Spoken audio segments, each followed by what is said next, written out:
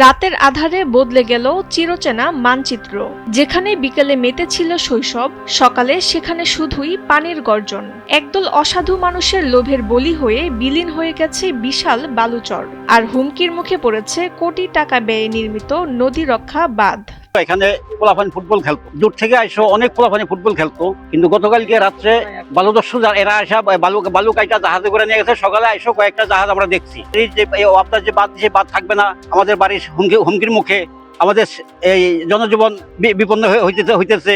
আশেপাশে খেলার মতো কোনো খোলা জায়গা না থাকায় এই বালুচরটিই ছিল এলাকার শিশু কিশোরদের একমাত্র ভরসা। প্রতিদিন বিকেলে এখানে জমজমাট ফুটবল খেলার আসর বসত, কিন্তু 7 এপ্রিল সকালে সেখানে দেখা দেয় মর্মান্তিক পরিস্থিতি। ড্রেজার দিয়ে অবৈধভাবে বালু উত্তোলনের ফলে এক রাতের ব্যবধানে কয়েক একর চর বিলীন হয়ে সৃষ্টি হয়েছে গভীর খাদের। তো এই ড্রেজারটা গতকালকে আসছে, আসার পরে ওই বডিটা আসছে, আসার পরে আমরা কিন্তু অনেক না করছি যে এখানে এটা করেন, উল্টা পাল্টা কিছু করেন না, যেতে এলাকার ক্ষতি হয়। এটা বলার পরে বলছে যে কিছু হবে না। তো আসার পরে এখানে আমরা মুখ ধোয়ার জন্য আসছি, আইসা দেখি যে এখানে অবস্থা এই অবস্থা আর কি, সব একসাথে দোষা নিচে ডইলা যাইতাছে।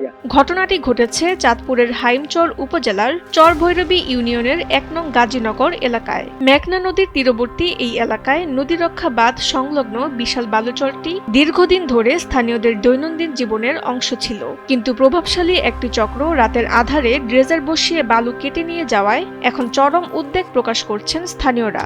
সকালে যখন আমরা আসছে, একটা লোক সঙ্গে যখন আসছে আমরা ডাকছি, তখন বডিগুলো নিয়ে গেছে। আর যে মাটি কাটছে ওই বডিটা এরা এখানে ওই দক্ষিণের ওইদিকে নিয়ে গেছে। আমাদেরকে দেখে বিশেষভাবে অনুরোধ করছি যে এটা সুস্থ তদন্ত করে, এবং যারা এর সাথে ড্রেজারের সাথে যারা জড়িত আছে, সে আমাদের এলাকার হোক আর বাইরের হোক, তাদের আমরা আইনে আয়ত্তে আনে তাদের শাস্তি দেওয়া। স্থানীয় প্রশাসন বিষয়টি খতিয়ে দেখছে এবং দায়ীদের বিরুদ্ধে ব্যবস্থা গ্রহণের লক্ষ্যে মামলার প্রস্তুতি চলছে বলে জানানো হয়েছে। আমি পানি উন্নয়ন বোর্ডকে, বিশেষ করে পানি উন্নয়ন বোর্ডে যারা প্রতিনিধি আছে তাদেরকে আমি বলেছি এবং পরামর্শ দিয়েছি সংশ্লিষ্ট থানায় যাতে ওরা নিয়মিত মামলা দায়ের করে এবং আদালতের মাধ্যমে যাতে এটা যথাযথ শাস্তির ব্যবস্থা নিশ্চিত হয়। সেজন্য আমি উপজেলা প্রশাসনের পক্ষ থেকে আমরা সর্বোচ্চ পরিমাণে আমরা আন্তরিক আছি। চাঁদপুর থেকে প্রতিনিধি শরীফুল ইসলামের পাঠানো তথ্যচিত্রে ডেস্ক রিপোর্ট তাসনিম হোসেন লিয়া।